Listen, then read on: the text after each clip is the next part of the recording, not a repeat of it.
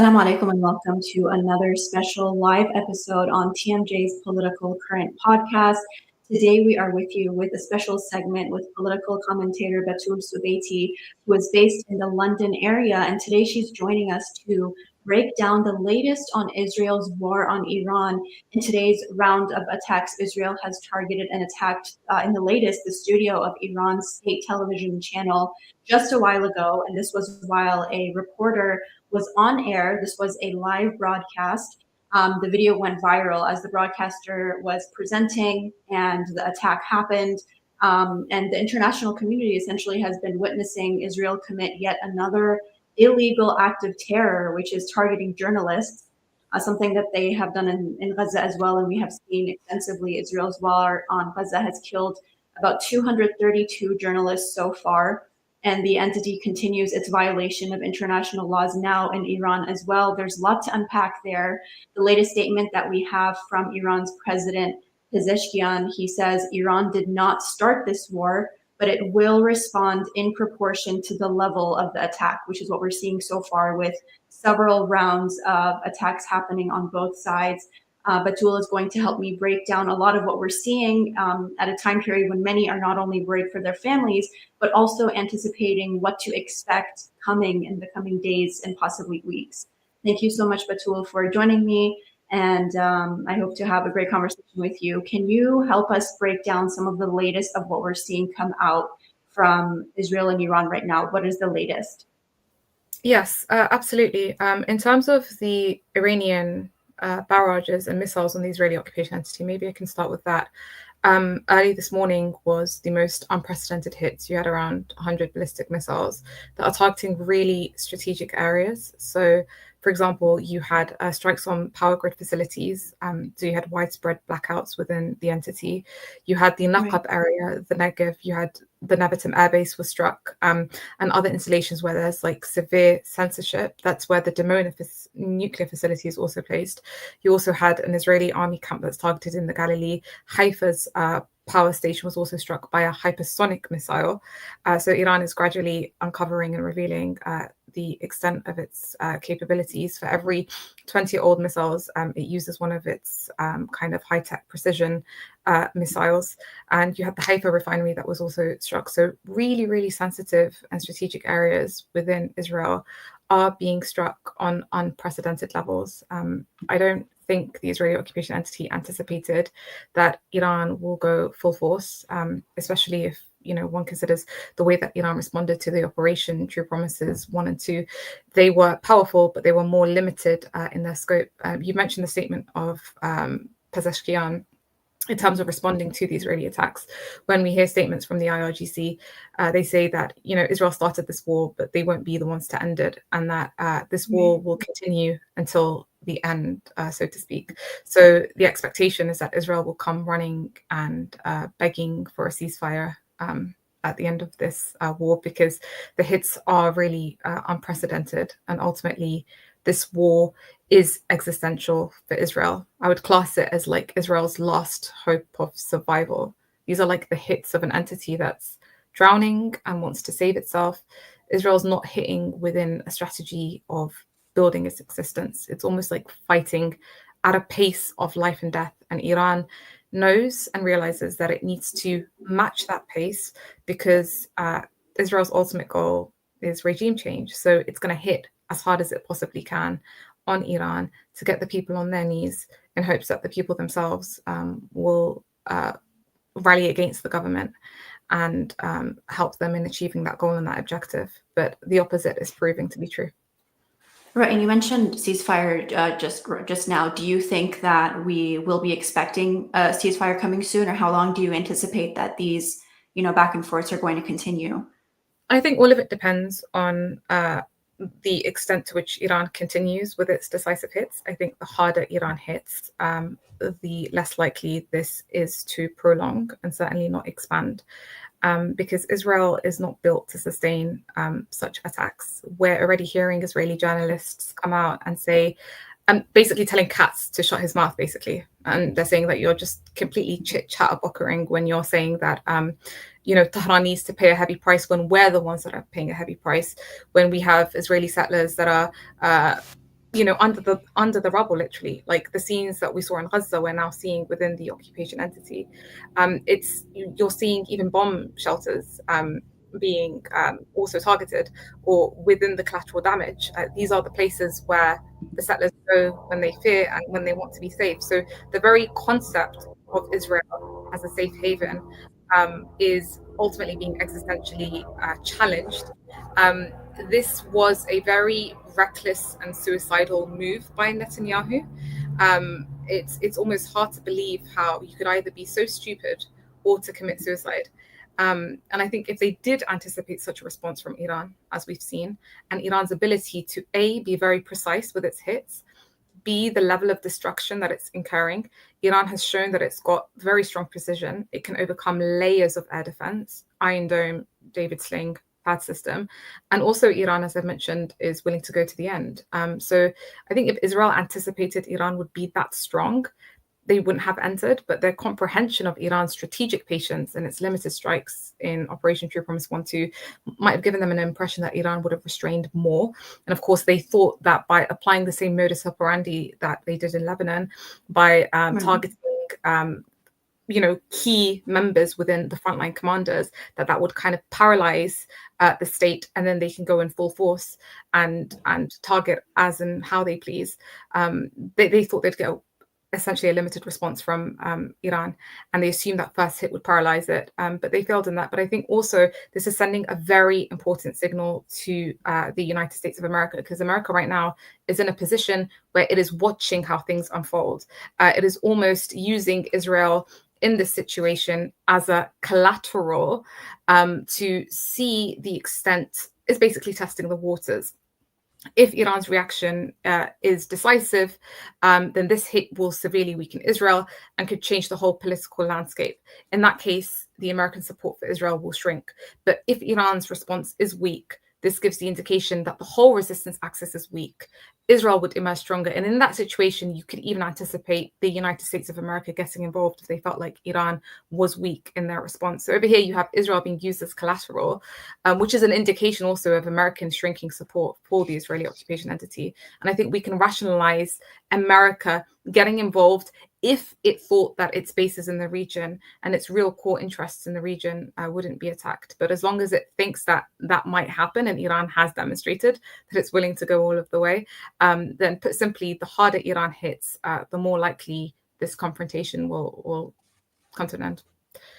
Right, and we're getting mixed signals, it seems, from the Trump administration as well. There has been obviously lots of that back and forth, just changing up on their true intentions, not just in relation to what's going on right now, but also with the negotiations that were put on a pause because of what's happening right now.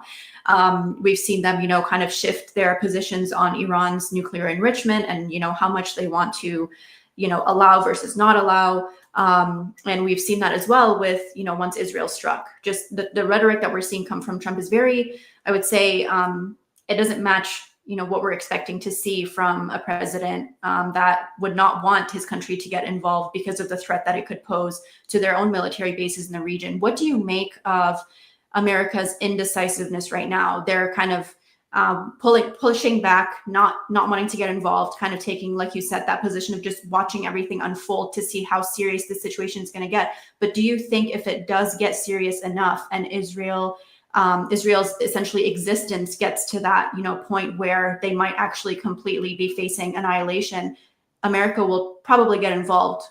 Do you think that's the case?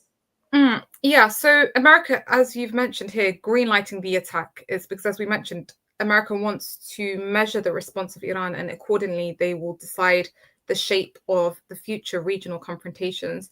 America would want to see the extent of the credibility of Iran and how it would respond, testing that out.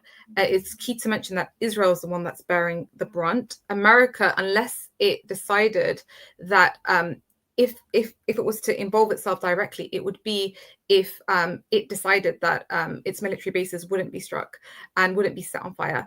But that's not really the Trumpian approach. We know the Trumpian approach is one of MAGA, is one of withdrawals from its military bases in countries globally, unless where he sees that there's a real American strength to have bases there. So whether that's, Canada, we hear is approach to Greenland. Trump has a very strong business mindset. He actually wants the region of West Asia to be stabilized in order to pass those deals through, and so that it can be that kind of hub where America economically can gain leverage and strengthen itself internally, domestically. That's how it deals with the world. So America right now under Trump, may I add, because that's an important caveat, the way that Trump is kind of steering America in a direction where it wants actually less militarization on the outside. When I look at the Israeli occupation entity, someone like Trump has a propensity to recognize the real and true power balance on the ground. He likes dealing with the active and effective and strong forces, which is why he's not really a proponent of the American deep state's version in which it wants to confront Russia and bleed Russia until the end via Ukraine. Trump doesn't take that kind of political approach. He recognizes that, for example, Russia is a strong entity on the ground. We need to deal with the strong entities. Likewise, over here, Trump doesn't have much patience for failures. And Israel in the past 20 months has proven to be a failure as far as strategic military objectives on the ground. America does not support the Israeli occupation entity having a functional role of just committing genocide and massacring and killing. Maybe the Zionist entity sees that as a goal and an objective in and of itself, but the American establishment doesn't. They support Israel as a striking stick that can deliver blows to entities in the region that they want to weaken. Within that, their support for Israel is unconditional. So yes, someone like Trump will give Israel all the ammunition that it needs to basically prove itself. Do your thing. It greenlit the escalation on Lebanon last year. Let's see if you're capable of achieving the quote unquote new Middle East project. If you manage to defeat the resistance in Lebanon and occupy Lebanon, we'll put you as like the sheriff of the whole region. That's why Israel was created. It was created to play that functional role. But what happens when you are a failure? What happens when you're unable? What happens when you actually become a liability? In the sense that you are now a source of draining us, because we are supporting you unconditionally in this militarism, but you are not achieving those goals on the ground. And so when it comes to Iran over here, America has not had that direct confrontation with Iran. It's not happened. A war with Iran hasn't happened in 4 decades. So really, this is the battle. This is the battling ground and the testing ground right now. If Iran's reaction is decisive, then Israel will be weakened. Here, we can expect to see American support for Israel to shrink post-war.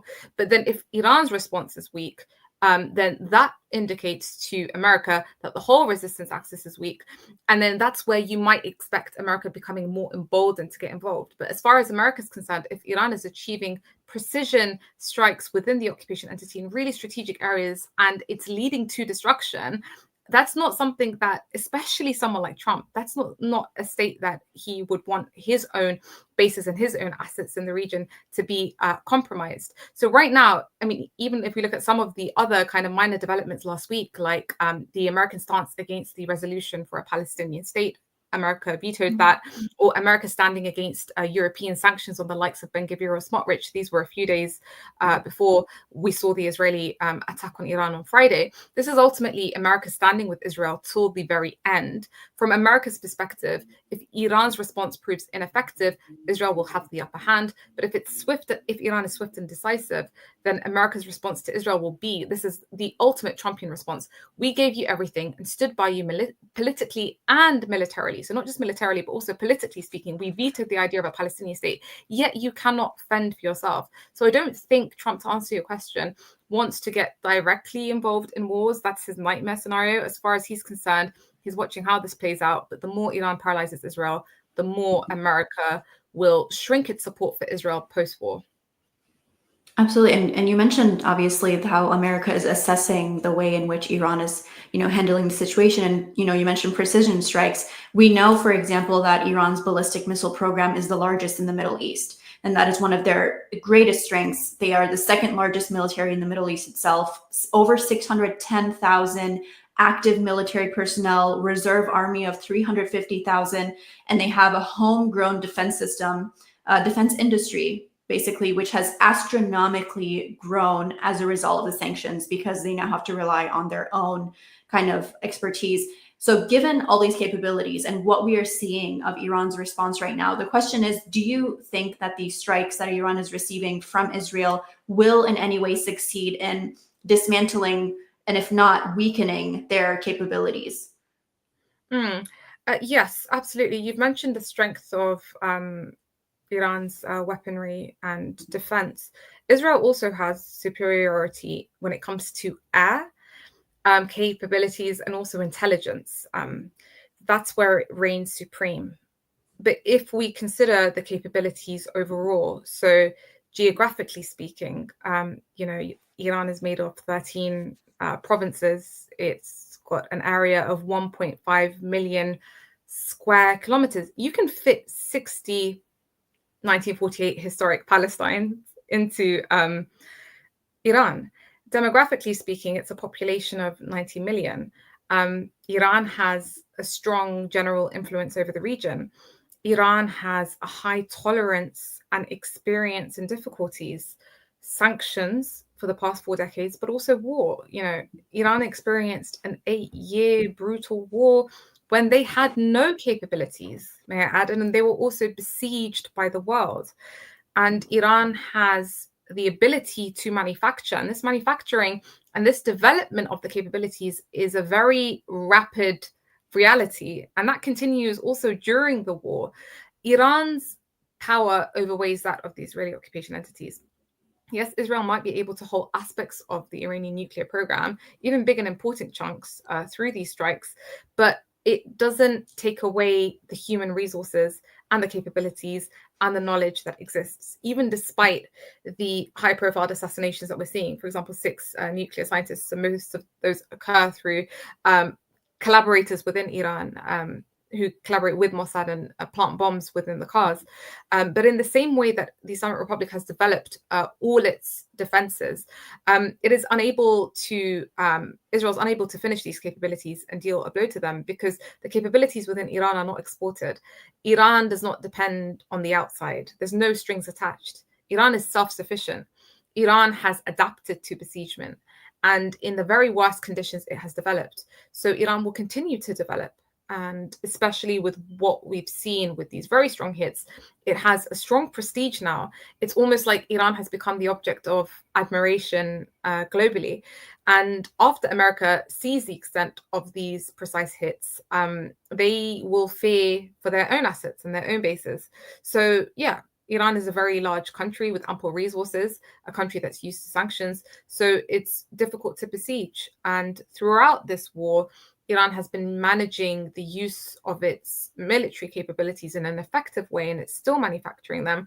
And it is of my belief that Iran can keep a war at this pace for years, because in reality, Israel and America don't understand the extent of Iran's capabilities. There's a lot that they haven't uncovered, despite any of the intelligence penetrations that might exist, or what Iran has, said out loud in terms of its capabilities. Iran has been preparing for this kind of war for years, because ultimately Israel has been beating the drums of war for years against the Islamic Republic of Iran. So this always has been a possibility. Yes, Iran was caught off guard on Friday because America, especially those at the negotiating table, Witkoff and Trump himself, played a kind of deception or trickery by inviting Iran back onto the negotiating table on Sunday, precisely to catch it off guard, which allowed Israel to, assassinate those top commanders and those in the front lines of the IRGC and the armed forces. That was, yes, Iran being caught off guard. But that did not disrupt, if you will, the command and the control centers. Within an hour of the announcement of the assassination that were taking place, Sayyid Ali Khamenei appointed a new chief of staff and a new commander of the IRGC who heads it. So Iran is still very much in control, and you have a people, this is an important point, a people who are willing to pay the price. This is the complete opposite to the Israeli occupation entity, where Netanyahu is becoming the object of disdain, because he is the reason that Israel is achieving those failures. Israel is supposed to be a safe haven. There are supposed to be no Iranian missiles that can intercept the Iron Dome. I mean, why do these layers of air defenses exist? If those can be intercepted, then Israel is no longer safe. Israel is no longer a safe haven for these settlers. And that's the only reason that they are there. So if they cannot guarantee their safety, best believe they will flee. And then you're talking about, so it's not even about the ability to cause mass destruction. It is making the settlers feel like they are no longer safe. That is really the existential threat to Israel. And I remember in one of Sayyid Hassan Nasrallah's speeches, he said that the way that I assume the liberation of Palestine will happen is not through, for example, just, you know, like missiles raining down, or you have a kind of infiltration on the ground that occurs. It will be through the settlers just packing their bags and leaving, because they feel unsafe and they cannot bear the brunt of war. It's a society that was not built for that.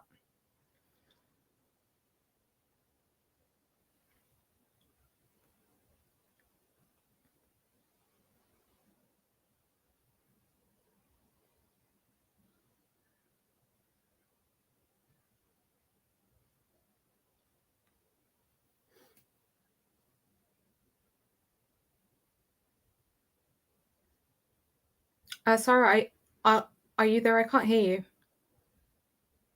I think you might be on mute. Yeah. I guess the second part of the conversation that I want to bring in, I know you mentioned that if Iran were to continue at this pace, that they would be able to continue for several years. I think one other kind of dimension to bring into the conversation as well is something that a lot of Western outlets are saying, and we know as well is true, is this idea that Iran has a lot of Mossad infiltration as well within the country, and that is also contributing to some of what we're seeing come out of the nation in terms of the kind of attacks that are happening. A lot of outlets are dubbing it kind of as like this idea that Iran has become a playground for the Mossad because of, you know, the level of infiltration that's been happening, not just now, but we know this has been the case for the past several decades as well. But what's your take on, you know, how much of an influence this will have in particular? So we obviously have Israel that's attacking, but we also have internally that infiltration. How much do you think that's going to end up affecting Iran? Yeah. So Israel has accumulated its penetrations within Iran. I mean, it sees Iran as the foremost enemy and the largest in size. So that's well known. Like, that's a well-known fact. And there are obviously opposition groups within Iran that have been operating for decades and decades. The MEK are the most known group, and they've been committing assassinations of the highest order ever since the beginning of the days of the Islamic Revolution. So, for example, you had like that Haftar bombing where you had 80 top, you know, individuals and, you know, commanders of different calibers that were completely assassinated. So there are those opposition groups within Iran, and penetration exists on all intelligent levels, breadth and depth, and they are organized. So we have seen, for example, and yesterday it was breaking news that, you know, trucks packed with suicide drones were intercepted in tunnels in Tehran, 200 kilometers, for example. You have 200 kilograms of explosives. You had like 23 drones. You had launch platforms that were detected. The penetration ultimately in Iran has turned from like individual efforts into this kind of web. But I think with such an expansive country, this is limited in terms of jeopardizing the outcomes of the war. I think the most important aspect of what we're seeing in this war right now is the ability for the Iranian nation to remain steadfast in the face of the heightened and brazen aggression, and to be able to absorb the natural bodily discomfort of you know, living in unsafety and having your homes demolished, for example, in the same way that we apply that logic to Gaza. Like, the Palestinian struggle and cause remains alive today because the people of Gaza are able to endure, and the Israeli occupation entity is crumbling because its people are unable to withstand or pay the price, which is why you'd see, for example, someone like Netanyahu come out and speak to the settler population in a way where he's convincing them that if we want Israel to continue surviving, then you need to pay the cost of war. He's almost trying to toughen the society up.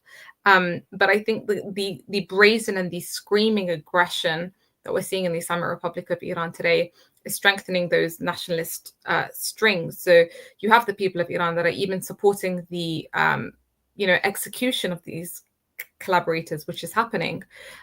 Even those who are against the government and don't agree with it are supporting the line that the Islamic Republic is taking today in fighting the Israeli aggression. Israelis think that they can, appeal directly to the Iranians in Iran, right? The ones who actually count as far as the system of the Islamic Republic is concerned. But if Iranians thought about turning against their government, they might just change their mind when the moment Israel opens its mouth. So the majority of the nation in Iran are against the Israeli aggressions. And as I mentioned, Iran has become this object of admiration globally. So Israel's intention in turning people against the government through creating the most unbearable conditions through these strikes is having the opposite effect. And the people are all coming together, people of all kinds of backgrounds. So as far as the Mossad playground is concerned, that's a reality that exists, obviously. But in terms of the space that it occupies, in terms of affecting the outcomes of this war, Iran is closing those penetration gaps and is hatching out these plots. And the Iranian nation is strong and is resilient and is able to bear the brunt of those attacks, and is actually calling, like we saw the protests erupting in Iran, not against the government, but calling the government and calling the armed forces and the IRGC to strike harder. Those were the scenes that we were seeing in Tehran, those were the scenes that we were seeing in Qom and other cities as well. So I would argue that that's the most important component of any war. It's the morale of the people, and that explains why members of the Israeli occupation entity like Naftali Bennett, like Netanyahu, they come out and they directly speak to the public of Iran, because that's the ultimate goal, right? The ultimate goal is to topple the Islamic Republic, is to create the most unbearable conditions through war to turn the people against the Islamic Republic, and to have a kind of destabilizing effect on the military apparatus, but also I would argue through the collaborators, to kind of put a distrust between the Iranians and the system and the security apparatus. It's like it wants the people to feel like they're unsafe, basically, and that their government isn't strong enough to hatch out these plans, in the same way that you had the Israelis coming out after October the 7th saying that we're not safe, and that this is Netanyahu's failures and having a real problem with the system.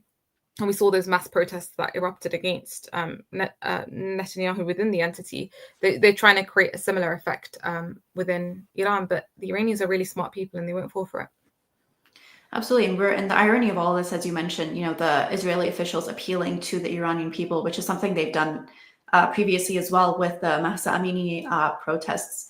I remember very clearly when people were essentially being fed all of the, propaganda coming from external outlets, trying to push them, people go in the streets, do this and that. And we're seeing that theme repeat itself every time something like this happens. And the irony here is, seeing Israeli officials, for example, on one side, Israel bombs residential buildings in Iran, and on another side, they're like, we're with the Iranian people, we support you. So it's obviously, especially when it comes to acts of war, you usually see people of a nation start uniting. And this is something that we have seen with the Iranians as well, where a lot of public opinion that we're seeing come out from Iranians on social media is a lot of us may have issues with our own government, but when it comes to an external entity threatening our very existence, we're all united. And that's the sentiment that we're overwhelmingly seeing from the Iranians, especially looking at their statements coming out from social media, where they are under the distress of these attacks, but their main kind of their priority right now is my neighbor safe? Are my people good? That's, something that we've seen come out with war. And the ripples, the kind of echoes of this come from the 8-year war with Iran as well, where, Iran was fighting Iraq, and we saw sentiments of just like people coming together despite whatever differences and saying, hey, this is the time to unite. And this is about, my neighbor and my people. And so that's something that I think I want to discuss as well. Are we seeing similar public sentiments come out from Israel, or given the protests that we've seen against Netanyahu and how extensive they have been, how are people viewing their own leadership right now? Absolutely. There was a very funny statement that was made by an Israeli journalist. I think I said it in the beginning of this, where he said, Katz has just become a complete chatterbox. Like, we are paying the brunt of this war. We don't care about Iran paying a price, quite frankly, as long as we're not safe and as long as we're bearing the brunt.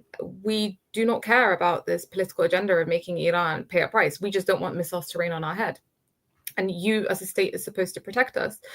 For the first time ever, Israel is under this kind of fire. And the reverberations of it is even worse than the actual military destruction caused, because, as mentioned, the whole concept of Israel as a secure haven is completely shattered. So A, it's not a secure entity. B, it also cannot defeat its enemies. So, and that's the cornerstone of what Israel is built on. If we think of Israel, it's a hub. It's a military base that's turned into a country, so it needs to house and secure people who feel safe.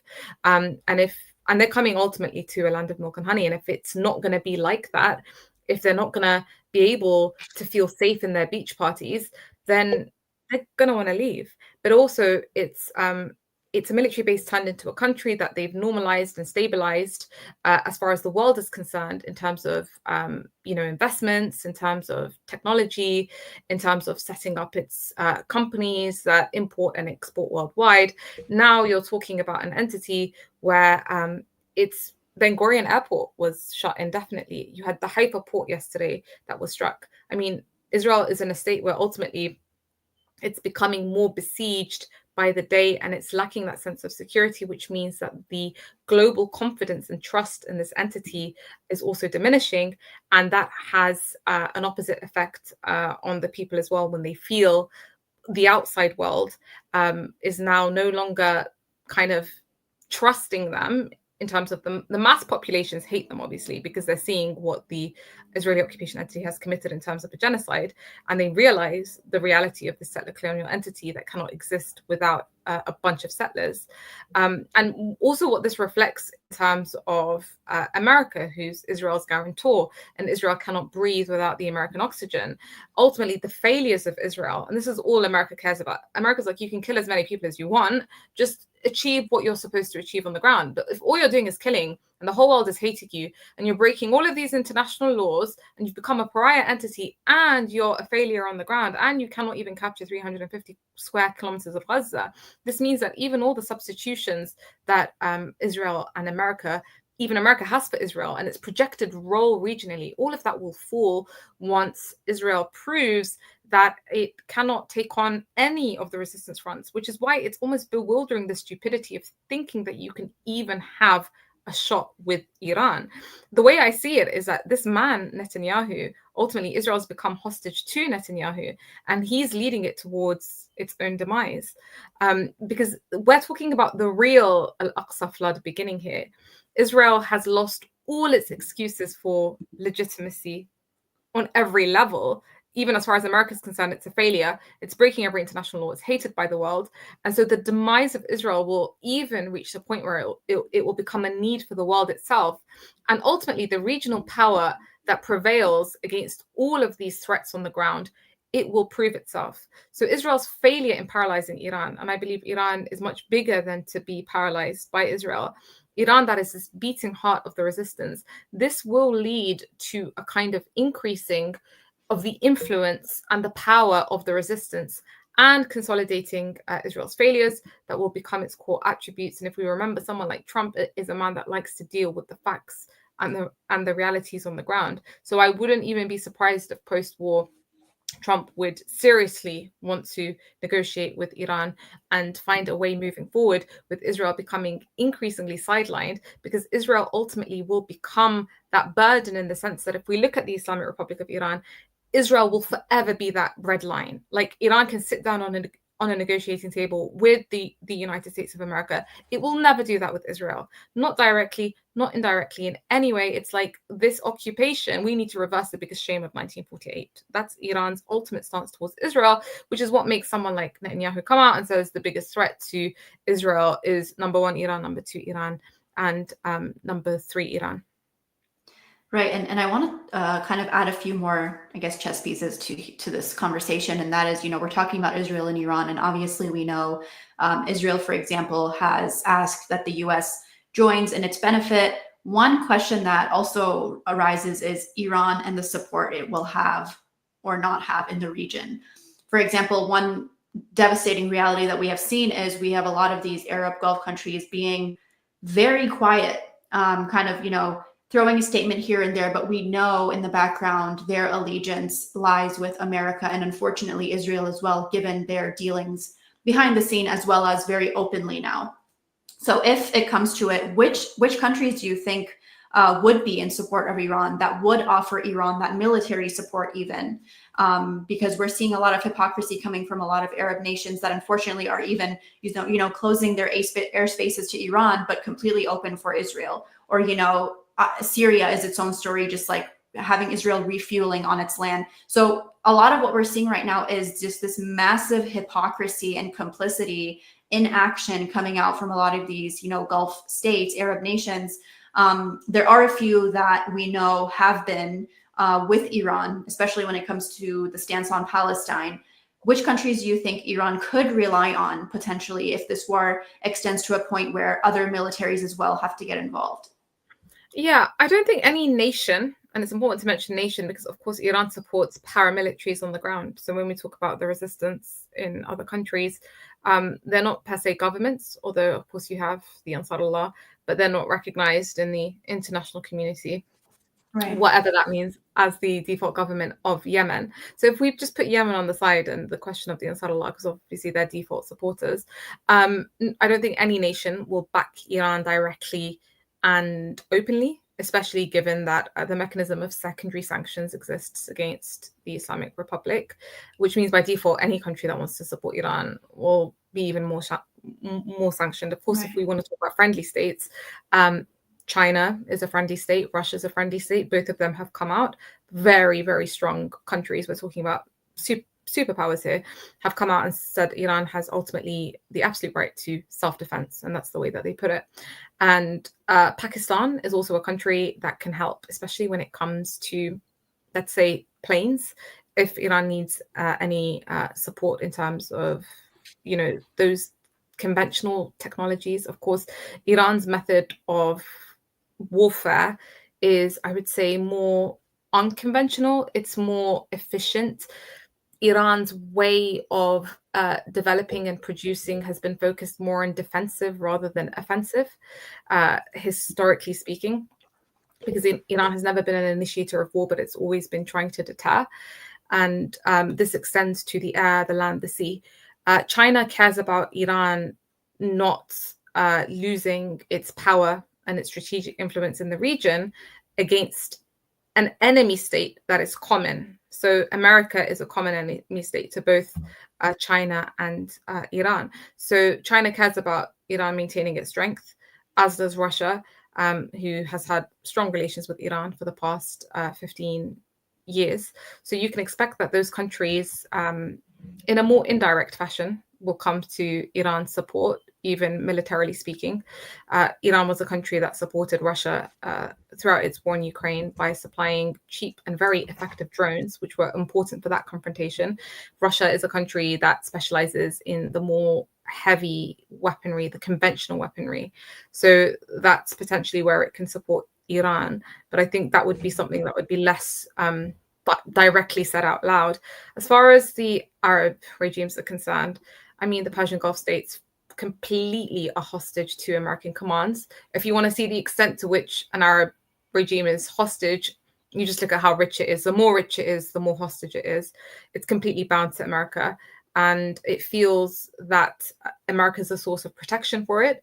And it doesn't like a strong Iran.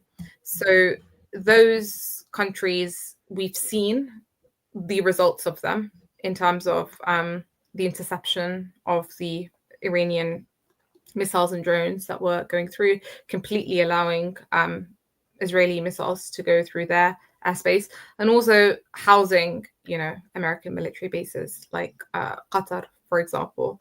So, what we're seeing is not just convenient silence from the Arab regimes and the hypocrisy, but working with Israel and the US under the table, of course. These aren't things that they would directly announce, because they know that if they were to announce these realities, then the nations will turn on them, or at least it will stir the heat against them.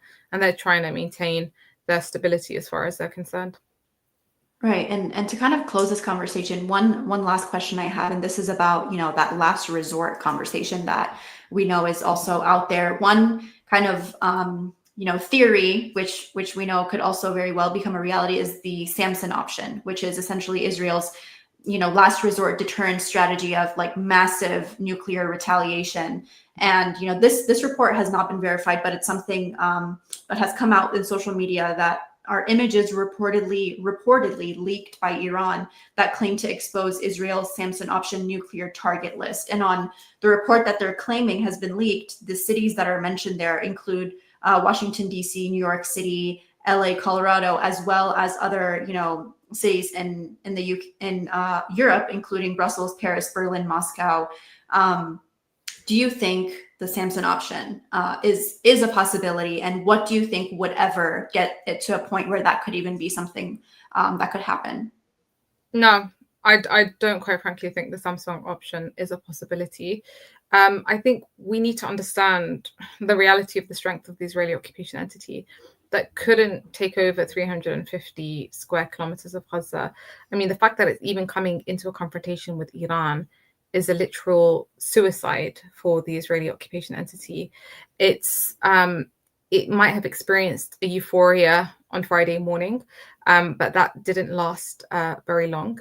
And the more Israel ups its antics on Iran in terms of striking and targeting in the conventional sense, the more that it is getting hit. So no, I don't think it would escalate to what is recognized as a complete red line by all of the international community, when right now we're at a stage, where America and the West, of course, they are besides the Israeli occupation entity, but there is a big question mark here regarding the future of Israel, even in the mind of the West. And this is important to state. There's a big question mark surrounding the ability of Israel's ability to support Western interests, because its failures have rendered it a burden. This very war could decide the fate of the Israeli occupation entity. And we know that Israel wouldn't have even been able to conduct this strike on Iran unless it had the full green light of the American administration and Donald Trump, who's at the helm of it. So no, America would not authorize such a strike against the Islamic Republic of Iran, because right now what it is interested in understanding is what is the true power balance on the ground. And if that means Israel is going to fall and Israel is going to be rendered bankrupt, then so be it. America just needs to know where it's standing right now. And apart from the West also, we've been seeing how Iran on the international level has complete moral and political legitimacy. Its reaction is being seen as, trying to deter offensive aggression. We said that Russia and China made this clear. And the most significant aspect of the past 20 months has been that the political and the moral legitimacy to strike Israel has never been greater on a mass level. The masses of the world have reached the point where they're just saying to Iran, just do it. That's the kind of motto that people have. Iran doesn't have to explain its position to strike. And there's a turning point that's occurring on the level of the mass populations as a result of Israel's savagery that they've witnessed these past 20 months. And of course, you have the Arab regimes that are supporting the Israeli occupation entity's commands and openly proclaiming that they're not able to openly proclaim that they support Israel, because that will cause that uproar. But these countries within the Persian Gulf are also protecting American bases. And, we've seen how they've entered into contracts worth billions with America. So what does Trump want? Trump wants a stable region in West Asia where he can pass these contracts worth of billions with the Arab Persian Gulf countries. He doesn't actually want escalation. I know this sounds like it's counterintuitive. It's like, why are you supporting a war? But we should look at it in the same way that he approached Yemen. So Yemen was bombed as much as it could, until America came to the realization that this is going the opposite way to what we intended. It took 7 weeks for Trump to wake up. Hold on, we're actually not achieving the strategic goals that we wanted to achieve on the ground as far as Yemen is concerned. Now, if America, in America's direct aggression and confrontation with Yemen, wasn't able to get it on its knees, I mean, how does Israel stand a chance with Iran? And America doesn't want to jeopardize its interests and its assets in the region. So no, that's not even something that I would put to the imagination. Well, thank you so much, Batool, for joining us today on TMJ Live and for sharing your expertise and insight on the ongoing situation. Always a pleasure. Thank you. And for everything TMJ does.